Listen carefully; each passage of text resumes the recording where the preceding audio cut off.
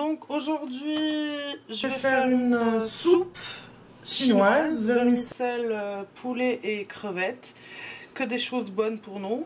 Donc on va commencer par un peu de beurre avec 4 oignons verts, comme vous voyez. On aura besoin aussi de crevettes et de leur carcasse, comme on peut dire.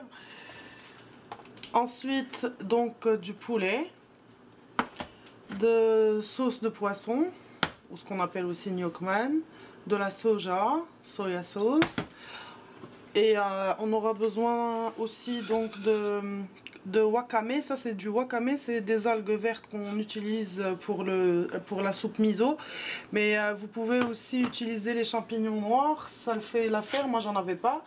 On aura besoin aussi de coriandre fraîche coupée ou congelée, whatever. De la vermicelle de riz. Et bien sûr, il ne faut pas oublier notre bouillon de poulet. Alors le bouillon de poulet, je vais faire un tutoriel, c'est super simple. On prend la carcasse de poulet, on la met avec un oignon, une carotte, des feuilles de laurier, et on laisse cuire et on a notre bouillon. Donc voilà pour la présentation et maintenant on va passer à la préparation.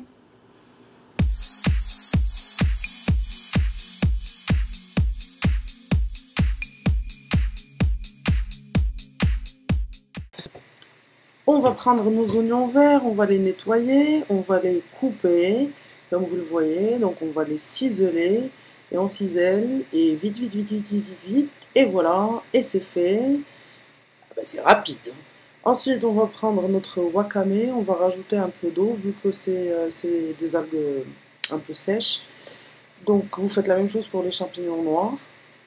Comme vous voyez à vue d'œil, ça va super vite, ça grandit. Je vais mettre donc de la vermicelle dans l'eau du robinet, comme pour le wakame. J'ai pas besoin d'eau chaude ni quoi que ce soit. Et tout de suite, on passe à la cuisson.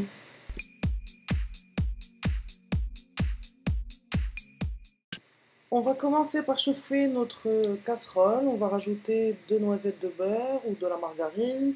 Ensuite les oignons. De l'autre côté, vous voyez une casserole que je vais saler et poivrer avec de l'eau un peu chaude. On va mettre la carcasse de crevettes dedans. On va laisser juste blanchir nos oignons et on va rajouter maintenant le poulet, juste pour qu'il puisse être imprégné, un peu de beurre. Je vais rajouter du poivre.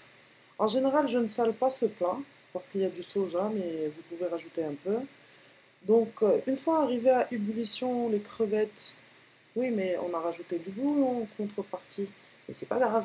Donc maintenant, on va prendre le jus donc, des crevettes. Ils ont servi à quelque chose. On va le rajouter à notre bouillon et on va laisser à ébullition. Par magie, voilà. Une fois que c'est fait, on va prendre notre poulet. On va le couper.